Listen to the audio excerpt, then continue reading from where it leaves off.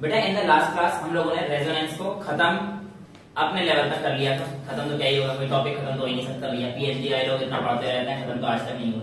तो कहने का मतलब ये है कि आप लोगों के पास रेजोनेंस एक हद तक हम लोग कंप्लीट कर चुके थे अपने सिलेबस के हिसाब से, और उसके बाद एक टॉपिक एनसीईआरटी में लिखता है, इट इज कॉल्ड रेजोनेंस और एन इफेक्ट, राइट।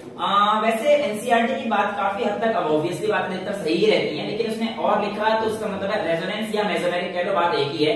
हाँ, मैं भी यही कहूंगा एनसीईआरटी के हिसाब से कि जो एनसीईआरटी ने बोला है वो सही है, गलत नहीं है, लेकिन कुछ अंतर है, एक छोटा सा अंतर है, बहुत ज्यादा बड़ा अंतर नहीं है, राइट। जब मैंने आप लोगों को रेजोनेंस का फर्स्ट लेक्चर कराया था, रेजोनेंस दो पार्ट में आया था, part one part two, part one वाली बात याद करो। पार्ट वन में मैंने आप लोगों को कॉन्जुगेशन से इंट्रोडक्शन कराया था, और उसमें कॉन्जुगेशन मैंने आपको दो टाइप के सिखाए थे, एक होमो एटम्स में और एक हेटेरो एटम्स में। अब बेटा याद करिए, जो होमो एटम्स थे हमारे पास सिर्फ कार्बन और हाइड्रोजन थे, उसके अलावा single bond, double bond, single bond, double bond ऐसे कंपाउंड थे, राइट। और हेटेरो एटम में कार्बन, हाइड्रोजन के अलावा ऑक्सीजन, नाइट्रोजन ये सब भी इंट्रोड्यूस हो गए थे, है ना। मेसोमेरिक और रेजोनेंस में सिर्फ अंतर इतना है कि जितने भी कॉन्जुगेटेड होमो एटम्स होंगे, यानी कि सेम अगर सारे कंपाउंड होंगे, तो वहां पर कभी भी मेसोमेरिक इफेक्ट नहीं देखा जा सकता। यही अंतर है, बाकी कोई अंतर नहीं है, बिल्कुल सेम एज इट इज, जैसे आपको याद रखना है, बिल्कुल रेजोनेंस जो हमने पढ़ा है बिल्कुल सेम ही अंतर है। तो मेसोमेरिक और रेजोनेंस यानी कि अगर कोई कंपाउंड इस तरीके का है, C single bond C, double bond C, single bond C, double bond C, यहां पर हम लोगों ने रेजोनेंस देखा था, इसका यहां पे ट्रांसफर करके और इसका यहां पर ट्रांसफर करके हमारे पास फाइनल प्रोडक्ट ये कुछ ऐसा आया था, याद आ रहा है, ये रेजोनेंस था। लेकिन यहां पर हमारे पास कभी भी मेसोमेरिक इफेक्ट नहीं देखा जाएगा, क्योंकि ये क्या सिस्टम है, कॉन्जुगेटेड होमो एटम्स, मैंने आपको टेक्स्ट कराए थे उसमें। तो यहां पर देखिए अब परमानेंट इफेक्ट मेसोमेरिक है तो रेजोनेंस का ही भाई, रेजोनेंस जैसा ही है उसको सेम, तो ये भी परमानेंट इफेक्ट है। It is similar to resonance, similar which involves conjugation, conjugation इसमें भी आ रहा है। The main difference between these two is that mesomeric effect is not seen in conjugated homo atoms and rest all is same, बाकी सब कुछ same. यानी कि इसमें अगर रेजोनेंस हो रहा है तो क्या मेसोमेरिक होगा? नहीं होगा। लेकिन अगर मैं इस चीज को ऐसे बदल दूं, OH और इसका ही, अब मेसोमेरिक होगा। पर अगर मेसोमेरिक होगा तो क्या इसमें रेजोनेंस होगा? हाँ, रेजोनेंस तो नॉर्मल था, OH में रेजोनेंस देखा था, वो तो अब भी हमारे पास ये शिफ्ट यहां पे होगा, ये शिफ्ट यहां पे होगा, वो अब भी बनेगा। यानी कि किसी कंपाउंड में अगर रेजोनेंस हो रहा है तो जरूरी नहीं है कि उसमें मेसोमेरिक भी हो। एग्जाम्पल के तौर पर हमने देखा, इसमें रेजोनेंस तो हो रहा है पर मेसोमेरिक होगा नहीं, लेकिन किसी भी कंपाउंड में अगर मेसोमेरिक हो रहा है तो पक्का रेजोनेंस ही वहां पर होगा। तो इसीलिए मैं स्टेटमेंट लिखता हूं, all mesomeric are resonance but all resonance are not mesomeric. समझ में आया? रीजन समझ में आया? स्टेटमेंट समझ में आया? तो ये लाइन हमारे पास ये थी, mesomeric effect very important, do not depends on distance. Mesomeric effect को डिस्टेंस से फर्क नहीं पड़ता है। और इसके अलावा सेम वही प्लस आर और माइनस आर इफेक्ट जो पढ़े थे बिल्कुल सेम वही, डिट्टो वही रखने। और ऑर्डर ऑफ एसिडिक स्ट्रेंथ कल लास्ट में मैंने आपको वहां पे लिख के दिखाया था, भैया आपका ऑर्डर ऑफ एसिडिक स्ट्रेंथ क्या होने वाला है, वो हमारे पास ऑर्डर ऑफ एसिडिक स्ट्रेंथ वहां पर था, है ना। उसी के बेस पर आप लोगों को एक क्वेश्चन दिया है जो हमने पढ़ा था, उसी के बेस पर कि इनमें से कौन सा ज्यादा एसिडिक है। अगर हमने मेसोमेरिक इफेक्ट पढ़ा तो बस उसका एक क्वेश्चन डाल दिया, है तो रेजोनेंस से रिलेटेड, बस ये है कि मेसोमेरिक पढ़ रहे हैं बिना क्वेश्चन के, आपको लगेगा कि नोट्स में सर सब क्वेश्चन नहीं कराया, फिर कह दोगे सर सब क्वेश्चन नहीं है, तो मैंने एक डाल दिया बेकार, जबरदस्ती दो क्वेश्चन हो गए आपके पास। अब आपको बताना है कि इनमें से ज्यादा एसिडिक कौन है, इनमें से ज्यादा एसिडिक कौन है। तो बताओ बेटा, ऑर्थो वाला नाइट्रिक एसिड ज्यादा एसिडिक है या फिर पैरा वाला नाइट्रिक एसिड ज्यादा एसिडिक है? बताओ। पैरा, क्यों? कॉन्जुगेशन है, ऐसा तो कुछ है नहीं।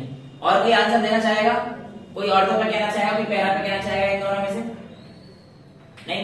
देखो इसके केस में हमारे पास जो इफेक्ट आता है, याद रखिएगा, वो ऑर्थो का इफेक्ट ज्यादा आता है। क्या आता है? ऑर्थो का इफेक्ट ज्यादा आता है, यानी कि ऑर्थो इज मोर एसिडिक। ये कौन सा है? ऑर्थो नाइट्रोटोलुइन ज्यादा एसिडिक है as compare to para nitrotoluene. अब मुझे कैसे पता पड़ा? मुझे कैसे पता पड़ा? पहली बात आपके पास मीजोमेरिक इफेक्ट डिस्टेंस पे डिपेंड तो नहीं करता है, तो यानी कि ये तो हमारे पास सेम ही रहेगा भाई, चाहे ऑर्थो पे चाहे पैरा पे हो, मेसोमेरिक इफेक्ट से तो कोई फर्क पड़ेगा नहीं। तो फिर मुझे कैसे पता पड़ा कि ऑर्थो वाला ज्यादा एसिडिक है? ये बेसिकली एक तो एक्सपेरिमेंटल वैल्यू थी, ठीक है, जो कि आपको याद रखनी थी। मोर ओवर जब आप ऐसे केस में फंस जाएंगे जहां पर टोलुइन के साथ नाइट्रिक एसिड है, तो आप याद रखना इसको, बस मैं दूसरा वाला आपको रीजन दे दूंगा, इसको याद रखना पड़ेगा, क्योंकि ये हमारे पास फिक्स है कि डिपेंड डिस्टेंस के साथ करता नहीं है, तो डिस्टेंस के साथ डिपेंड नहीं करता तो बराबर होने चाहिए थे, लेकिन ऐसा नहीं देखा गया एक्सपेरिमेंटली कि हमारे पास जो नाइट्रोटोलुइन था, ऑर्थो नाइट्रोटोलुइन, वो ज्यादा एसिडिक था, यानी कि ऑर्थो वाला कंपाउंड ज्यादा एसिडिक था एज कंपेयर टू पैरा वाला। तो इस वजह से हमारे पास ये वाला ज्यादा एसिडिक होता है as compare to para nitrotoluene. अब यहां पर देखिए, ऑर्थो नाइट्रोफिनॉल सेम रीजन और पैरा नाइट्रोफिनॉल कौन ज्यादा एसिडिक रहेगा? ऑर्थो वाला है, दूसरा वाला मतलब ये वाला। क्यों?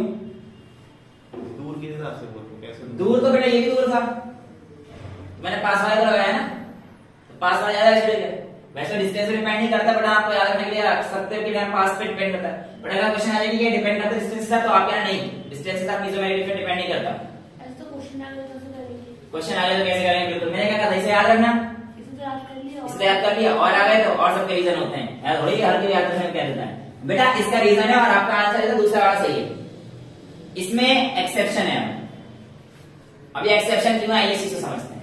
मैंने कल आपको एक चीज बताई थी, वहां पर याद करिए, रीमर टीमर रिएक्शन और कोल्बे रिएक्शन, और उसमें मैंने आपको इंट्रामोलिकुलर हाइड्रोजन बॉन्डिंग बना के दिखाया था, सैलिसाइलिक एसिड और सैलिसाइलडिहाइड जो बने थे। तो बेटा यहां पर भी देखो, ऑक्सीजन इस हाइड्रोजन के साथ यहां पर इन्वॉल्व हो जाता है कुछ इस तरीके से, ये डबल बॉन्ड को और ये ऐसे और एक ये ऐसे, मतलब बनाते तो ये 6 मेंबर रिंग बेशक नहीं बन रही हो, बट फिर भी इंट्रामोलिकुलर हाइड्रोजन बॉन्डिंग बन जाता है।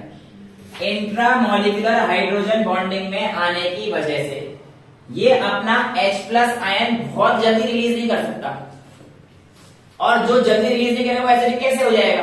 एसिडिक क्या हो? जो जल्दी से जल्दी H+ रिलीज कर दे। अब इसको तो भैया स्टेबिलिटी मिल गई ना, क्योंकि यहाँ पे हाइड्रोजन बॉन्डिंग हो गई तो स्टेबल हो गया, इसलिए आसानी से रिलीज कौन कर देगा? हमारे पास पैरा वाला। इसीलिए इसके केस में हमारे पास para nitrophenol is more acidic because in ortho it gets stabilized due to intramolecular hydrogen bonding. Hydrogen bonding की कंडीशन आपको पता है, FON के साथ अगर हाइड्रोजन जुड़ा हुआ है तो वो हाइड्रोजन बॉन्डिंग दिखाएगा। इसीलिए हमारे पास ये वाला ज्यादा एसिडिक नहीं होगा, ये वाला होगा, बट इस केस में हमारे पास ऑर्थो वाला होगा। ठीक है, तो ये क्वेश्चन आप लोग कंफ्यूज करने के लिए पूछा जा सकता है, लेकिन आप लोगों ने कंफ्यूज नहीं होना, क्योंकि मैं रीजन बता चुका हूं। क्लियर? इलेक्ट्रोमैग्नेटिक इफेक्ट की बात करें तो अब तक जितने भी इफेक्ट हमने पढ़े थे सारे कैसे थे? Permanent effect. लेकिन अब जो हम पहला इफेक्ट पढ़ने जा रहे हैं, ये पहला ऐसा इफेक्ट है जो हमारे पास क्या है? टेम्पररी इफेक्ट है। तो electromagnetic effect is a temporary effect and it is shown by that compounds which have unsaturation in them. Very important, again आ गया है। अभी तक हमने इंडक्टिव इफेक्ट को सिग्मा इफेक्ट के टर्म से पढ़ा था, याद है? और रेजोनेंस दोबारा से पाई है, और इलेक्ट्रोमैग्नेटिक हम लोग किससे पढ़ रहे हैं? जिसमें हमारे पास अनसैचुरेशन, यानी कि डबल बॉन्ड ट्रिपल बॉन्ड वाले के साथ। अभी दो टाइप का होता है, प्लस ई और माइनस। वह एनसीईआरटी बहुत ज्यादा डिटेल नहीं दे रखा है। हाँ, इसकी क्वेश्चन अगर मैं देखूंगा, मेरे तो आपको अगली क्लास एक और होगी, इसकी जीओसी की एक क्लास और होगी, है ना? उसके बाद प्योरिफिकेशन वाले कंपाउंड है वो लोग लास्ट में करेंगे। तो ये वाला जो टॉपिक है प्लस ई और माइनस ई, इसमें आप लोग देखिएगा क्या होता है। पहला, complete transfer of pi electron takes place. कौन से इलेक्ट्रॉन जाते हैं इसमें? पाई इलेक्ट्रॉन जाते हैं। और ये जो इफेक्ट है इलेक्ट्रोमैग्नेटिक इफेक्ट, बेटा ये तभी आता है जब आपके पास कोई अटैकिंग रिएजेंट आएगा, यानी कि ये खुद से कुछ नहीं कर सकता, यानी कि जब कोई आएगा तब इसको कुछ कुछ होगा और ये कुछ कुछ करके दिखाएगा। समझ में आ रहा है? तो जो हमारे पास ऐसा इफेक्ट है किसी दूसरे की प्रेजेंस में आने पर शो हो रहा है, वो हमारे पास कौन सा है? Electromagnetic effect. इसकी एक खास बात और है, जैसे ही वो कुछ कुछ करने वाला चीज हट जाएगी, ये भी अपने आप वैसे ही हो जाएगा जैसे पहले था, यानी कि इट नलिफाई द इफेक्ट। कुछ हो रहा है बहुत आज। कहने का मतलब क्या, समझ में आ गया? कि अगर आप अटैकिंग रिएजेंट को हटा दो, कुछ कुछ का मतलब अटैकिंग रिएजेंट, तो जो अटैकिंग रिएजेंट है जो अटैक करता, अगर आप उसको हटा दोगे तो जैसा था वैसे हो जाएगा। ठीक है, तो यहाँ पर एक चीज हो रहा है, the effect takes place in the presence of attacking reagent and effect reverses back as soon as the reagent is removed, right. Plus E कब शो होता है, जब पाई इलेक्ट्रॉन उसको ट्रांसफर हो जहां पर पाई इलेक्ट्रॉन गए हैं, यानी कि जहां पे अटैकिंग रिएजेंट, मैं आपको दोबारा समझाता हूं क्या कहना चाह रहा हूं। पाई इलेक्ट्रॉन उस तरफ अटैच होंगे जहां पर आपके पास अटैकिंग रिएजेंट जुड़ेगा। देखो, pi electron transfer that atom where attacking reagent gets attached. तो जैसे कि हमारे पास ये का यहाँ पे डबल बॉन्ड, यहाँ पे पाई इलेक्ट्रॉन है, डबल बॉन्ड का मतलब क्या है, पाई इलेक्ट्रॉन है बेटा, पाई इलेक्ट्रॉन का ट्रांसफर हमने यहाँ पर किया, ये आपका अटैकिंग रिएजेंट H प्लस आपके पास क्या था, अटैकिंग रिएजेंट था। अब जब यहाँ पे जाएगा तो नेगेटिव चार्ज जाएगा, H के ऊपर पॉजिटिव है, तो नेगेटिव पॉजिटिव देख के यहाँ पे जुड़ जाता है ये H, और इसके ऊपर क्या आ गया, पॉजिटिव। अब क्योंकि लास्ट वाले कंपाउंड के ऊपर पॉजिटिव चार्ज रहता है, इसलिए हम लोग इसे प्लस इफेक्ट हो, या फिर हम लोग अटैकिंग रिएजेंट के बेस पे भी बोल सकते हैं वैसे तो, कि भाई अटैकिंग रिएजेंट अगर प्लस वाला है तो प्लस इफेक्ट, माइनस वाला है तो माइनस इफेक्ट, बट जनरली ये वाला ज्यादा सही रहता है कि हमारे पास अगर अटैकिंग रिएजेंट ऐसे कार्बन पे जुड़ा जिसपे इलेक्ट्रॉन जा रहे हैं तो वो हमारे पास प्लस इफेक्ट। तो देखो, इलेक्ट्रॉन यहाँ जा रहे हैं और H वहां पे जुड़ा जहां पे इलेक्ट्रॉन गए, तो ये हमारे पास प्लस इफेक्ट। उल्टा क्या हो जाएगा, माइनस इफेक्ट, यानी कि पाई इलेक्ट्रॉन वहां पर ट्रांसफर होंगे, मतलब पाई इलेक्ट्रॉन ट्रांसफर हुए, लेकिन जो हमारा अटैकिंग रिएजेंट है वहां पर जुड़ा जहां पे पाई इलेक्ट्रॉन ट्रांसफर नहीं हुए। जैसे कि ये देखिए, यहाँ पे ट्रांसफर हुए, आपने Cn के अटैक कराया, अटैकिंग रिएजेंट क्या है इस बार, Cn, इलेक्ट्रॉन तो इस पे ट्रांसफर हुए, नेगेटिव चार्ज आया, लेकिन Cn किस पे अटैक होगा इस बार, यहाँ पर। क्यों होगा आपको समझ में आ गया होगा, क्योंकि देखो अगर जैसे इलेक्ट्रॉन ट्रांसफर हुआ होगा तो यहाँ पे नेगेटिव, यहाँ पे पॉजिटिव हो गया होगा, और स्पीशीज जो मेरे पास है वो Cn नेगेटिव थी, तो नेगेटिव वाला बेसिकली इस पे आगे स्टेबल हो जाएगा, इसलिए हमारे पास ये कंपाउंड हो जाता है, राइट। अगर आपके पास कोई अलग कंपाउंड है, ऐसे केस में अटैकिंग रिएजेंट जो है आपको देखना है, लेकिन यहाँ पे आपको एक चीज याद रखनी, मोर इलेक्ट्रोनेगेटिव वाले के पास ही इलेक्ट्रॉन जाएगा। अब यहाँ पे C और O है ना, तो O पे ही जाएगा हमेशा अटैकिंग रिएजेंट के। अटैकिंग रिएजेंट कहाँ जुड़ना है वो इसके हिसाब से डिसाइड होगा, क्योंकि इसे मोर इलेक्ट्रोनेगेटिव तो O है, तो O इलेक्ट्रॉन ले लेगा। अच्छा, यहाँ पर देखिए, यहाँ पर देखिए CH3 CH CH2, आपके पास ये इलेक्ट्रॉन इधर भी जा सकता था और ये इलेक्ट्रॉन इधर भी आ सकता था, लेकिन ये इधर नहीं आएगा। रीजन क्या है, इस CH के साथ ये CH3 जुड़ा है, और ये हमारे पास कौन सा इफेक्ट शो करता है, प्लस आई इफेक्ट, यानी कि इलेक्ट्रॉन रिलीजिंग इफेक्ट, इलेक्ट्रॉन देता है। अब यहाँ पे ऑलरेडी ये इलेक्ट्रॉन लेके आ रहा है बॉन्ड, और ये भी इलेक्ट्रॉन रिलीज करेगा। आपने अगर सपोज करो यहाँ पे इलेक्ट्रॉन आ रहा था ऐसे, और इसने भी इलेक्ट्रॉन रिलीज कर दिया, तो ये तो इलेक्ट्रॉन इलेक्ट्रॉन रिपल्शन हो जाएगा ना, इससे मॉलिक्यूल में क्या आ जाएगी, अनस्टेबिलिटी आ जाएगी। अब आपका एक सवाल आ सकता था कि सर जिस तरीके से ये इधर गया, इस तरीके से इधर भी तो आ सकता था।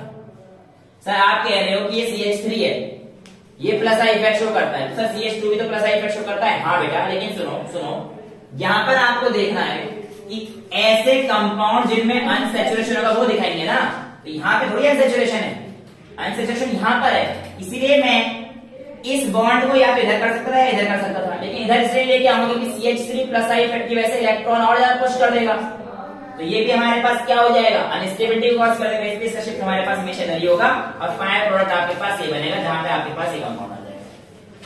समझ में आता है ये चीज। अच्छा, इसके बाद प्रॉब्लम नंबर है 12.19 आपकी बुक में दे रखी थी, वो भूल गया था।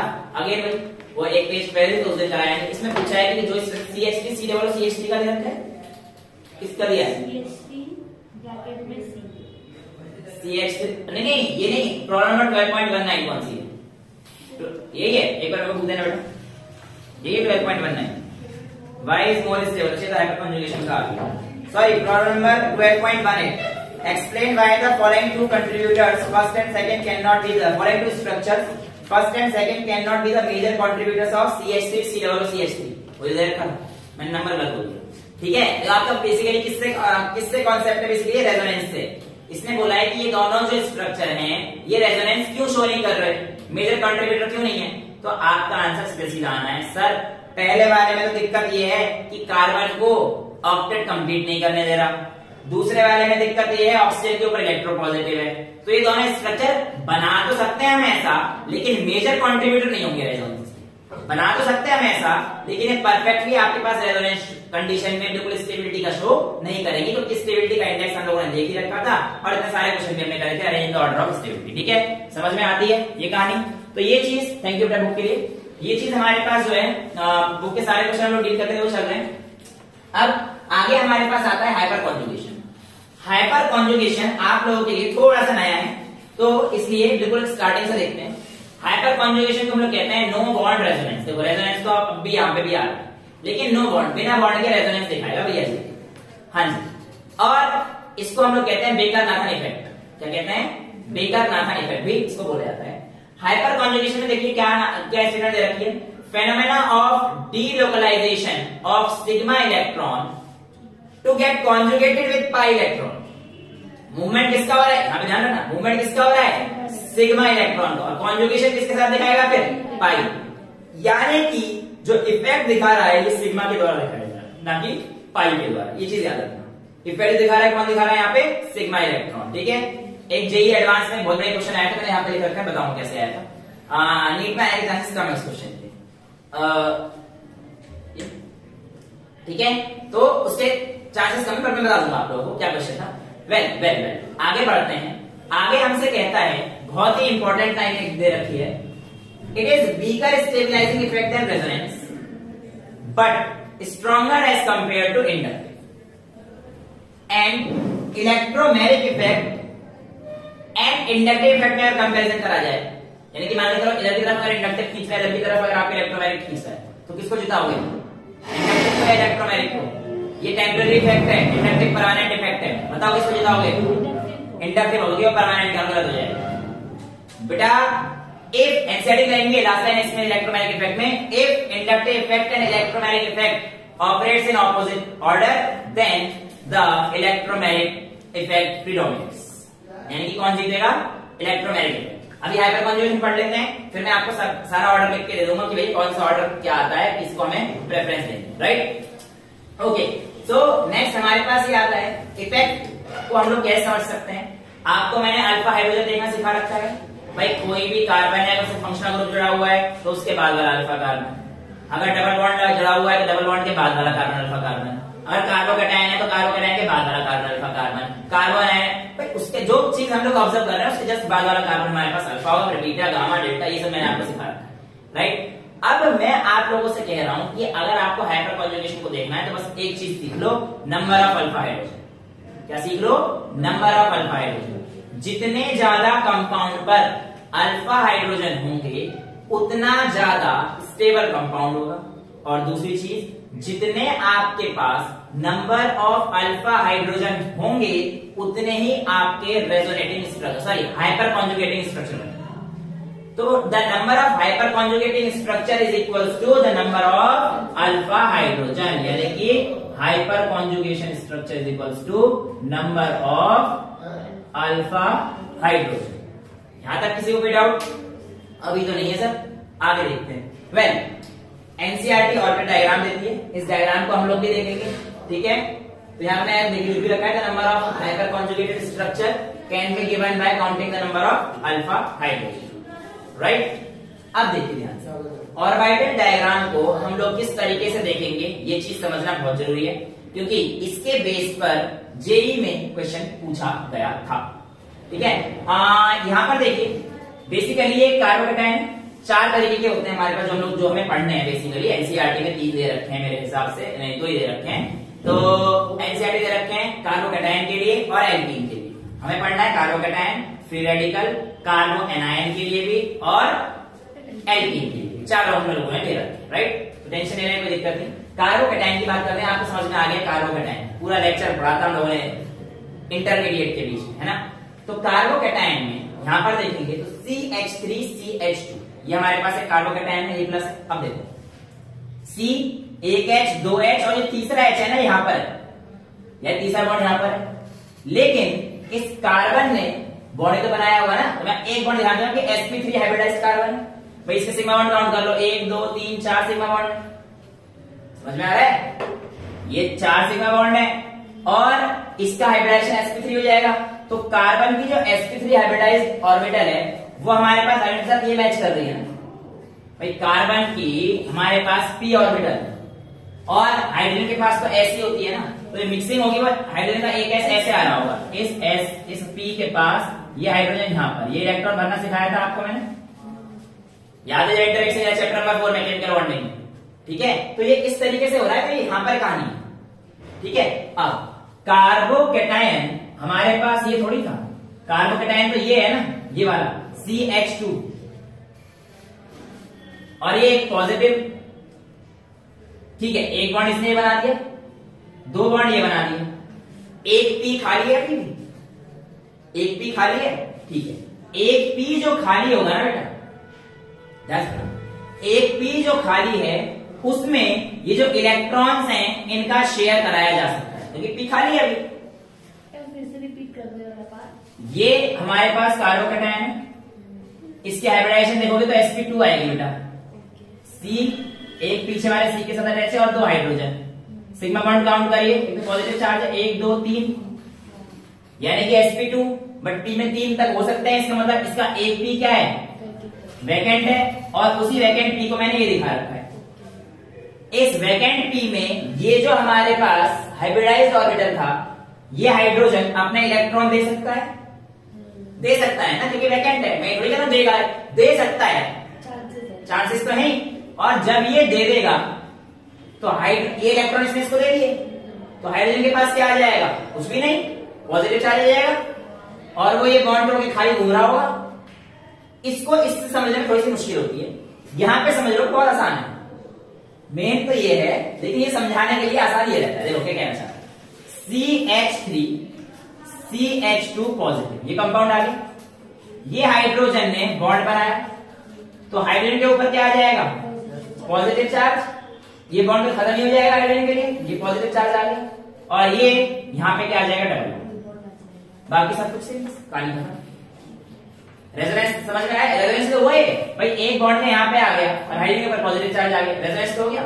लेकिन हाइड्रोजन अब अलग नहीं घूम रहा, हाइड्रोजन कहेगा मैं तुझे नहीं छोड़ूंगा भैया, मैं तेरे साथ ही घूमूंगा, ये देख लो, हाइड्रोजन नहीं घूमता, और इसी के साथ ऐसे मतलब स्ट्रक्चर देखा गया तो इसी के साथ हमेशा रहता है, आसपास ही रहता है। तो क्या इसने बॉन्ड बनाया अभी कोई, यहाँ पे तो कोई बॉन्ड है नहीं, और घूम वैसे ही रहा है, रेजोनेंस में तो ये कहानी नहीं थी, तो इसीलिए इस स्ट्रक्चर को कहते हैं नो बॉन्ड रेजोनेंस, बिना बॉन्ड बनाए उसी के साथ घूमता रहता है।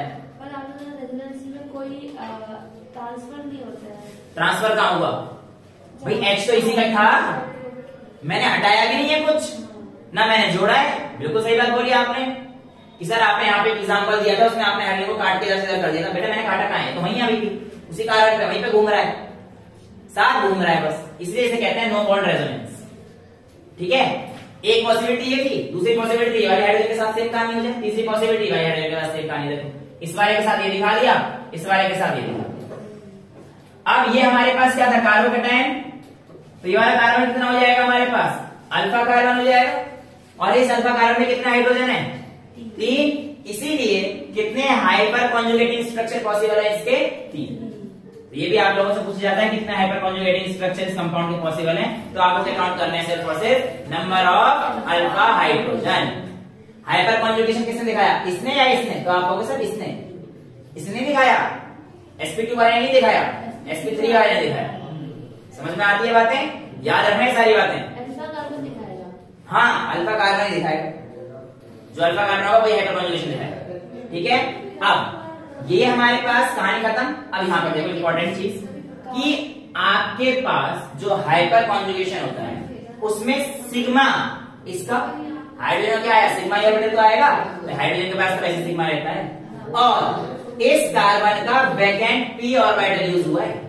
यानी कि अगर आपसे कोई पूछेगा कि कार्बोकैटायन के लिए जब हाइपर कॉन्जुगेशन होती है तो कौन से ऑर्बिटल यूज होते हैं, तो आपका आंसर क्या आएगा बेटा, हमारे पास sigma and vacant p orbital. Very important, I don't know if it may be asked in NEET और समथिंग, बट जेईई में इससे भी टफ पूछा गया, वो अभी आ गया है, वो भी आ गया है। वेल वेल वेल, यहाँ पे हमारे पास आता है अगली कहानी, काम की समझ में आ गई, फ्री रेडिकल्स की।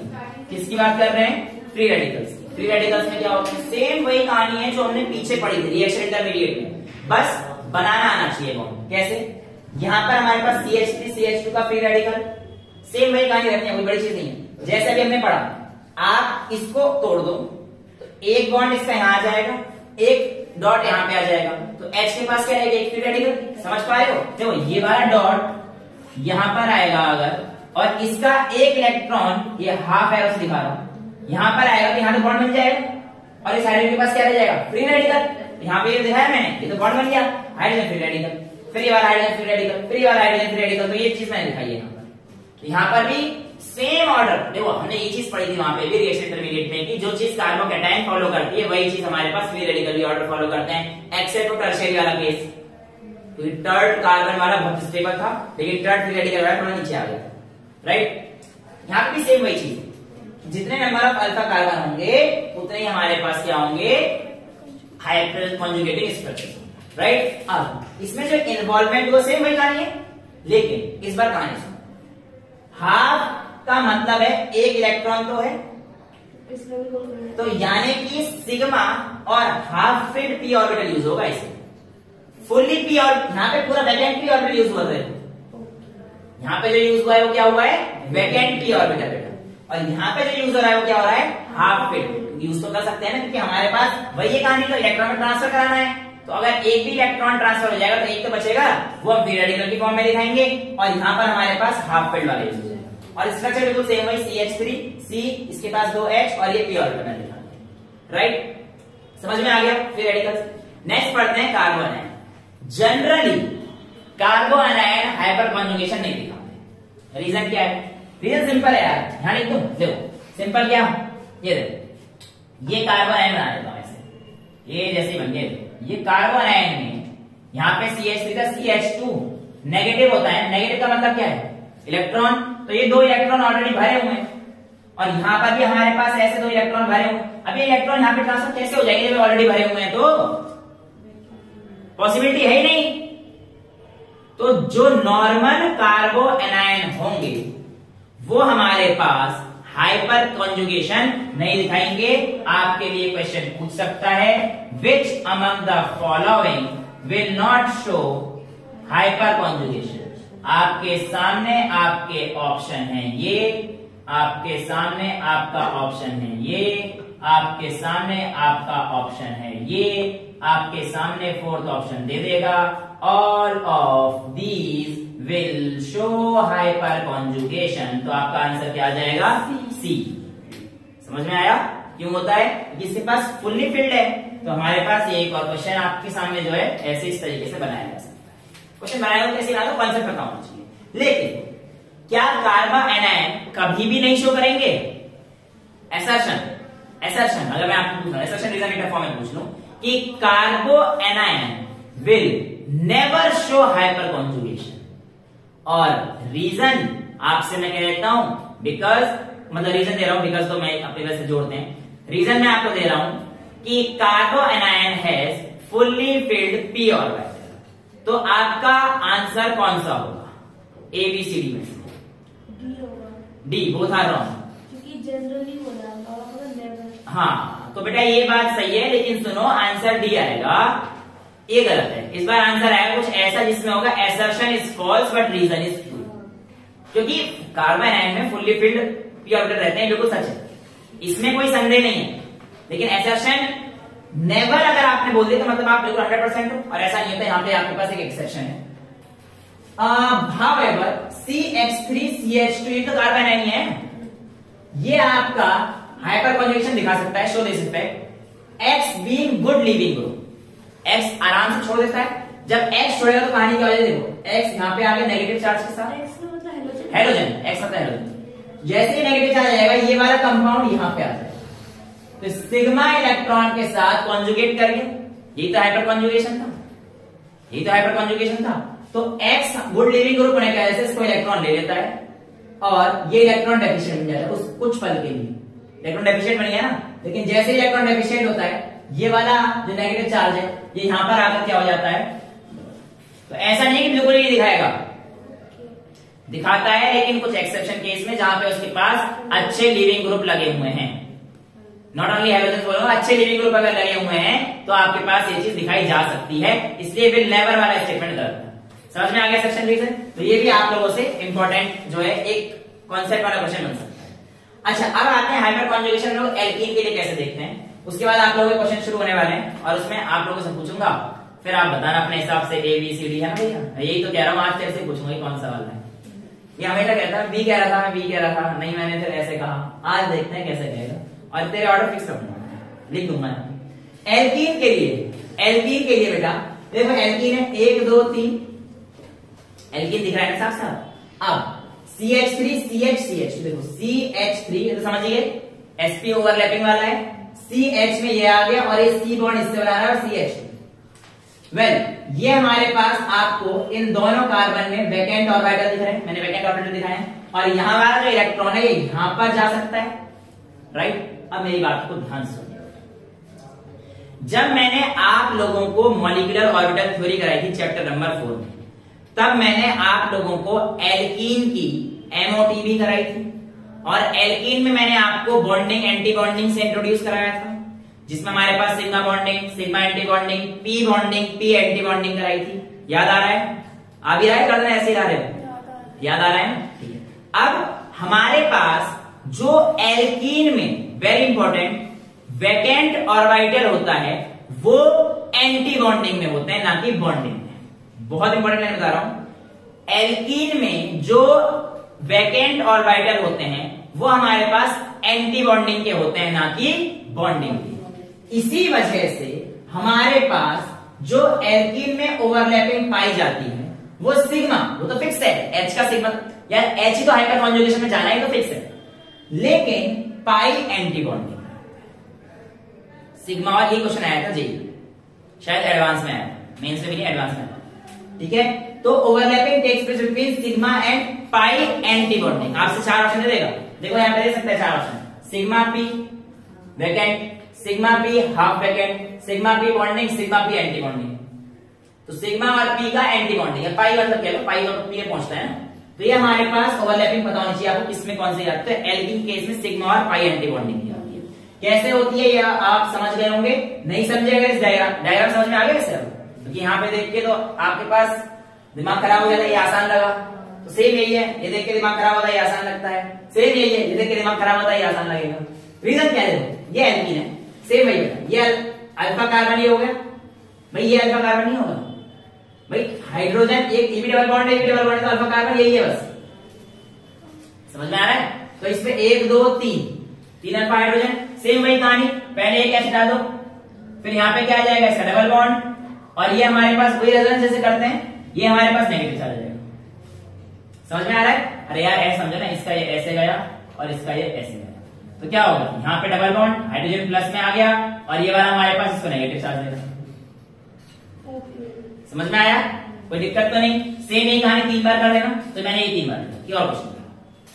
तो यानी कि इसमें नंबर ऑफ अल्फा हाइड्रोजन 3 थे, इसलिए इसके हाइपर कॉन्जुगेटिंग स्ट्रक्चर कितने बन रहे हैं? 3। समझ में आ रहा है? अब हम लोग आते हैं टाइप्स ऑफ हाइपर कॉन्जुगेशन, कितने टाइप्स की हाइपर कॉन्जुगेशन हो सकती है। हालांकि ये टॉपिक मुश्किल है आपसे पूछे, बट फिर भी नॉलेज पूरी रखो, अच्छा है।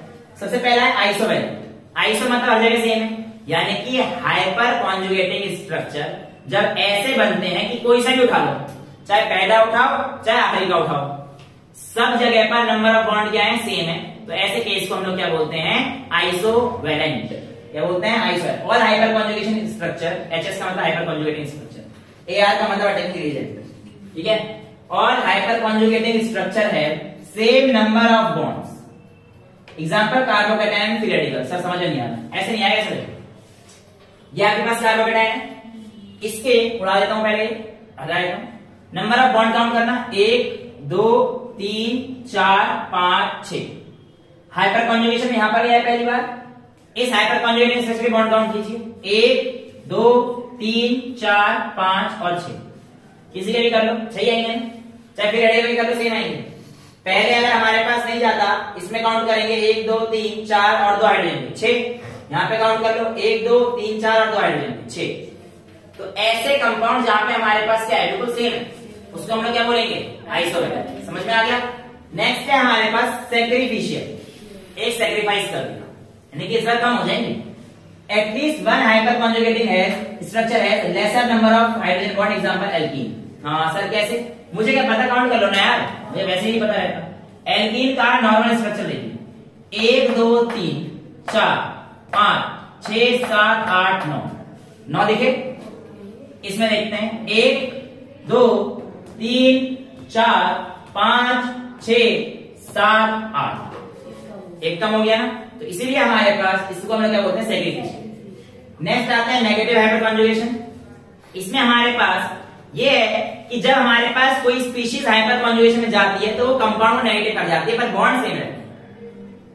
क्या कहा मैंने, कोई भी स्पीशीज जब हमारे पास हाइपर कॉन्जुगेशन में जाती है तो वो दूसरे स्पीशीज को यानी कार्बन को नेगेटिव कर जाती है, इसलिए इसका नाम नेगेटिव रख दिया, क्योंकि ये वैसे रेयर होते हैं, क्योंकि नेगेटिव वाले कार्बन आयन वैसे रेयर दिखाते हैं। तो लेकिन दिखाएगा भी कौन, दिखाएगा कार्बन आयन, वही है। देखो ये स्पीशीज अगर हमारे पास चली जाती है, ठीक है, तो हमारे पास यहाँ पे बॉन्ड आ गया ना, और अगर ये जुड़ जाएगा इसके साथ एक्स के साथ, तो यहाँ पे नेगेटिव चला जाएगा।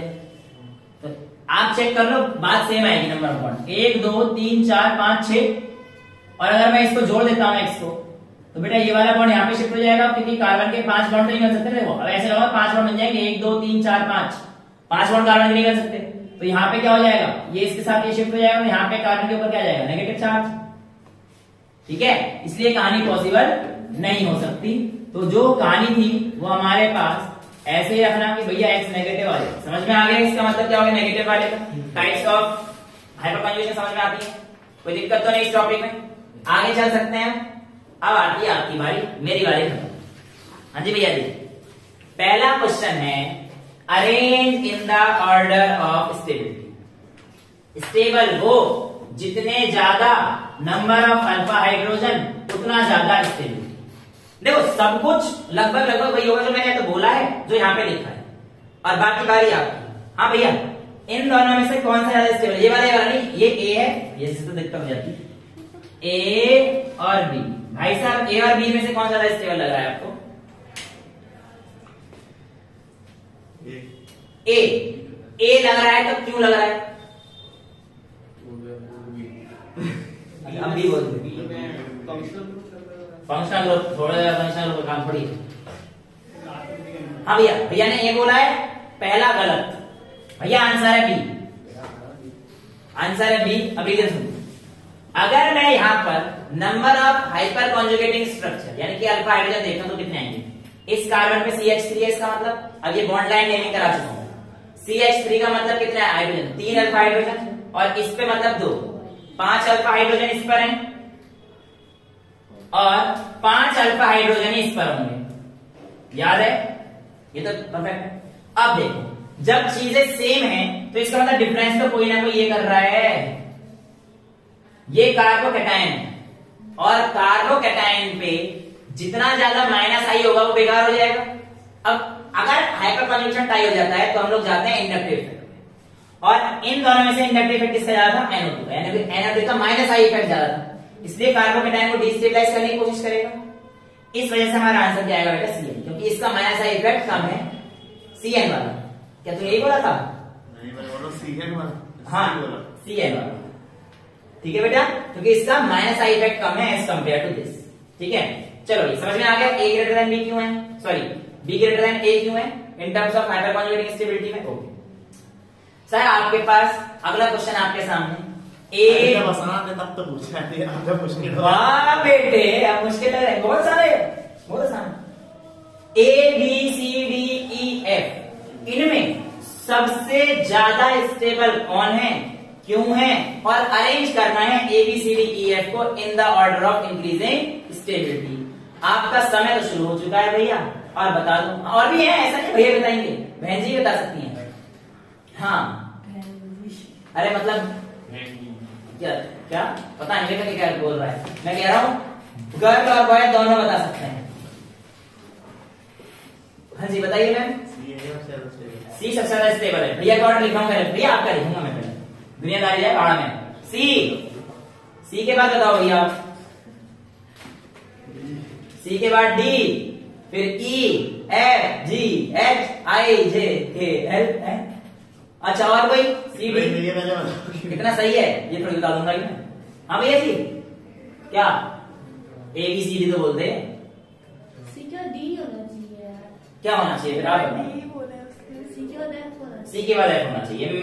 मैं का ऑर्डर भी लिख देता हूँ। डी के बाद मेरा बी, CD के बाद भाई का ऑर्डर बिल्कुल लिखूंगा। बी बता दे यार, F लिखूंगा। भाई मेरा भी ये वाला चल रहा है। C D F, तेरा भी ऑर्डर चल रहा है। बी, फिर B, ई और फिर D तो आगे कितनी बार लिखा है? अच्छा, ई D अरे और फिर मेरा सी एफ हाँ एक से मेरा डी आएगा। डी सी से पहले डी। C से ही पहले D, ठीक है। और उसके बाद F A B, अरे तू भी बोल दे कुछ। हाँ क्या तू बोल, तेरा भी ऑर्डर लिखा नहीं आज तक, ठीक है यही सही है।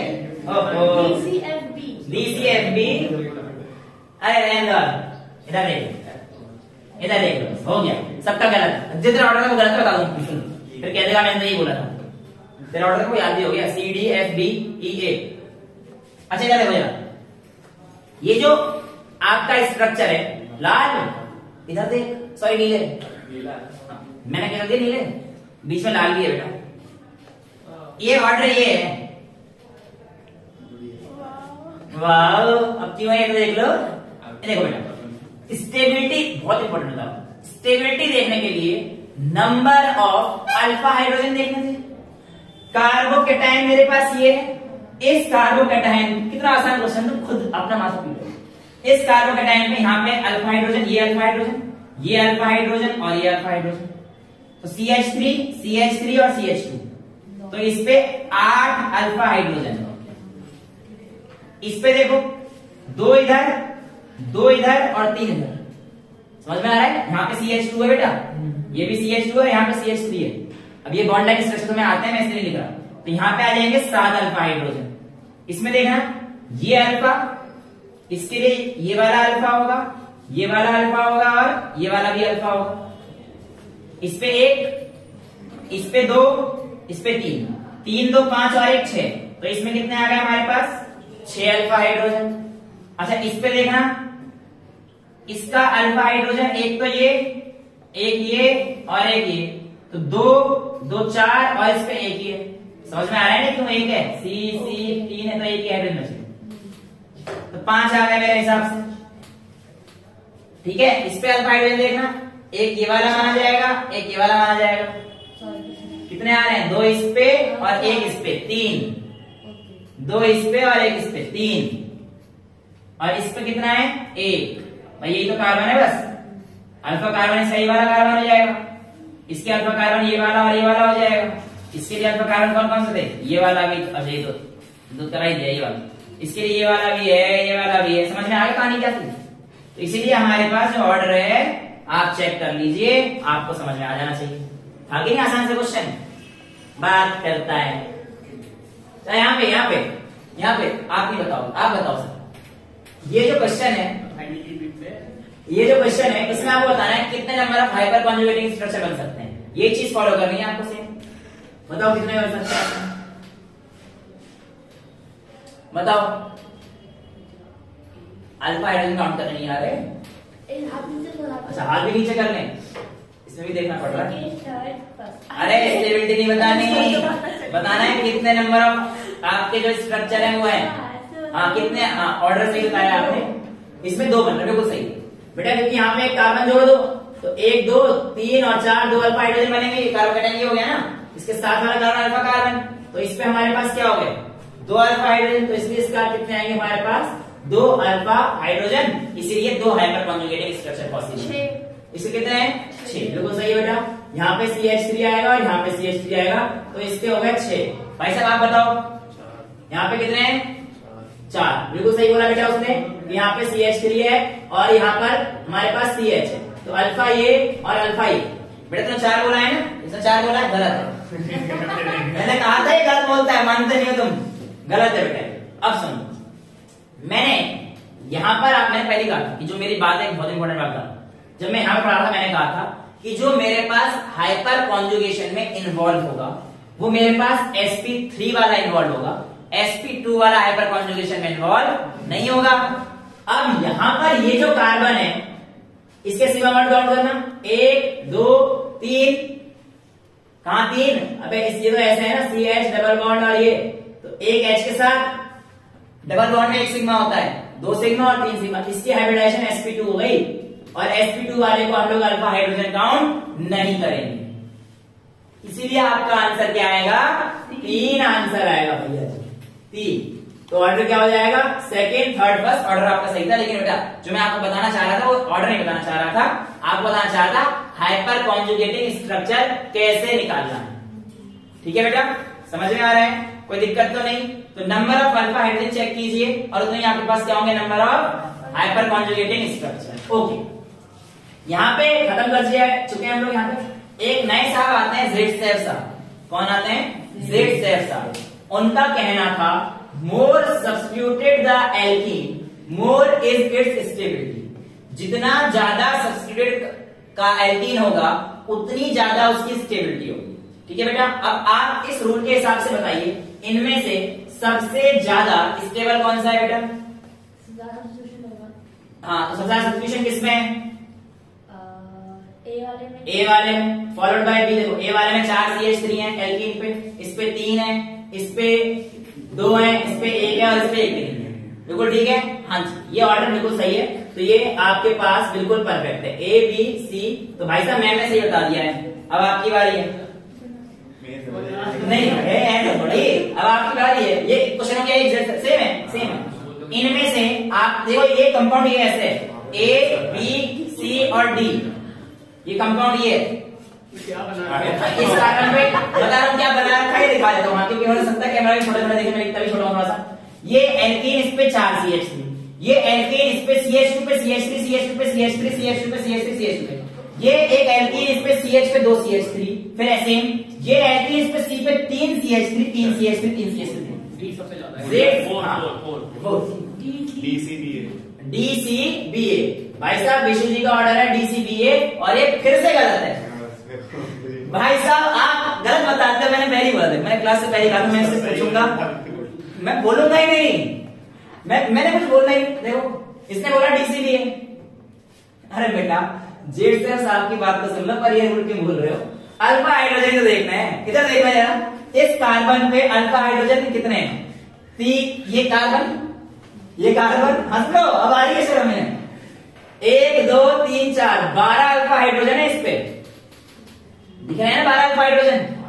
इस कार्बन में देखना कितने अल्फा हाइड्रोजन है, 2 4 6, अबे ये थोड़ी अल्फा बनाएंगे, 8 अल्फा हाइड्रोजन है। इस कार्बन बताओ कितने हाइड्रोजन है, 4, और इस पे कितने अल्फा हाइड्रोजन है, 1 भी नहीं है, 0। भैया ऑर्डर क्या हो जाएगा? मैंने उल्टा बताया तो भैया जी ऑर्डर ये गलत है, ऑर्डर ये है। सही था, हाँ बिल्कुल सही है, हम तो मना कर रहे हैं, मैं तो मना। अच्छा एक और बता दो, अल्फा हाइड्रोजन काउंट कर लिए स्टेबिलिटी। अब ये और बता दो, चेंज कर दो। नहीं अब चेंज, आप बता दो बेटा, आपकी बारी, आपकी बात मानूंगा, जैसा कहो बताओ। इसमें पोजीशन पता नहीं भाई। अच्छा और एक पहले देखता हूँ Saytzeff rule, more substituted the alkene more is stability.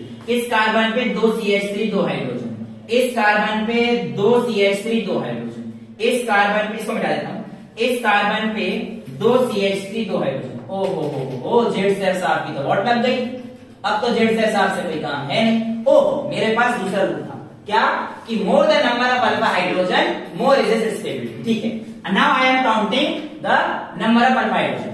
इस कार्बन पे कोई भी कार्बन नहीं है, अल्फा हाइड्रोजन नहीं, ठीक है। इस कार्बन पे ये कार्बन अल्फा कार्बन, इस पे 3 हाइड्रोजन और 3 hydrogen. Very good sir. Sir इस पे 6 अल्फा हाइड्रोजन आपने हमें लिखवा दिए। अच्छा इस पे इधर कोई अल्फा कार्बन नहीं, इधर कोई अल्फा कार्बन नहीं, इस पे इधर 3 अल्फा हाइड्रोजन, इधर 3 अल्फा हाइड्रोजन। ओ हो, ये तो 6 अल्फा हाइड्रोजन इसमें भी आ रहे हैं। अच्छा इसमें काउंट करते हैं, इसमें इधर एक कार्बन तो है ही नहीं। अच्छा इधर एक कार्बन 3 हाइड्रोजन, एक कार्बन 3 हाइड्रोजन, दोनों अल्फा कार्बन, इस पे भी आपके पास क्या आ गए, 6 आ गए। क्या रूल लगाओगे? हाँ भैया जी, हेलो, हाँ बता दो उल्टा होगा। फिर कुछ तो बोल दो। CBA भैया जी का ऑर्डर लिख लेते हैं पहले। भैया जी ने ये बताया है, भैया जी का लिखना जरूरी है कि भैया कहते हैं मैंने ये बोला था। हाँ 3 बार हो चुका है ऐसा क्लास से। सही नहीं, आज देख लेना तुम। अब ये भी सही है कि मेरे को नहीं पता अभी। आज तक बोलते ही नहीं कि आते नहीं था। अब ये बताइए क्या ये ऑर्डर सही है? B is equal to C is equal to, ये बात बिल्कुल अच्छी बोली कि सर इसमें कोई ऑर्डर ही नहीं होना, क्या सर J रखना है और आपका आंसर ये सही है, ये बोला था। फिर कुछ भी बोला था गलत है वो। ये ऑर्डर है बेटा, ये बोल रहा था बेटा, इसका ऑर्डर नोट करेगा गलत कर देना। खुश? ये गलत है, ये भी गलत है। अब जो गलती है उसको देख लेते हैं पहले कि क्या है, और आगे देखते हैं उस गलती में कैसे काम करना है। देखो इसमें फंस रहे हैं हम लोग बुरी तरह से। अल्फा हाइड्रोजन भी सेम है, सब्स्टिट्यूशन भी सेम है। बेटा आप लोगों ने थोड़ा दिमाग लगाना था, मैंने आप लोगों को ऑप्टिकल आइसोमेरिज्म कराया था, और अगर ऑप्टिकल आइसोमेरिज्म कराया था तो ये वाली फॉर्म तो सिस फॉर्म है और ये वाली फॉर्म ट्रांसफॉर्म है। मैंने डिफरेंस में लिखवाया था कि trans form is more stable than cis form. नालायकों, तो आपके पास ऑर्डर आ जाएगा बी तो बड़ा होगा सी से। एक आए हैं, मैं सिस्ट्रांस में सोच रहा था कौन सा बड़ा होता है। सिस्ट्रांस में ट्रांस होता है, तो मैंने कराया था, आप क्लास में इसका अटेंडेंस नहीं किए। अरे अब देखो यहाँ पर ये जो कार्बन है ये लग रहा है सिस से भी बेकार वाला, सिस भी नहीं लग रहा, ट्रांस भी नहीं लग रहा, तो बेकार है ना, इसलिए सबसे ज्यादा ट्रांस, फिर हमारे पास फॉलोड बाय सिस, और सिमेट्री से दिख रही है ना, और उसके बाद हमारे पास क्या आएगा लास्ट में ए है। आपने ये बोला था, तो ये ऑर्डर गलत है। अब भाई साहब ये किसी ने नहीं बोला था, लेकिन मुझे अच्छे से याद है, और ये ऑर्डर 100% सही है। अब रीजन सुन लो क्या होता है। जब आपके पास same number of alpha hydrogen होते हैं तो उस केस में अगर एक कार्बन पर maximum number of alpha hydrogen देखा जाता है। अब यहाँ पर देख, इसमें एक कार्बन पर 6 है, इसमें एक कार्बन पर 3 है, और इसमें एक कार्बन पर 3 है, तो 3 का पता तो हमने ऐसे लगाया कि ट्रांसफॉर्म इज मोर स्टेबल, तो इसलिए हमने बी कर दिया। लेकिन यहाँ पे एक कार्बन पे 6 है ना, तो यहाँ पे ऐसे कैसे लिखा जाता है कि एक ही कार्बन पे कितने की कहानी हो रही है, और इस तरीके से सर हम अपना ऑर्डर बताते हैं। आपने आज सारे जवाब सही दिए, आपको तो मैं इनाम दूंगा अभी क्लास के बाद, ठीक है। इतना आज के लिए रखते हैं, इतना नोट कर लीजिए। That's all for today, thank you so much.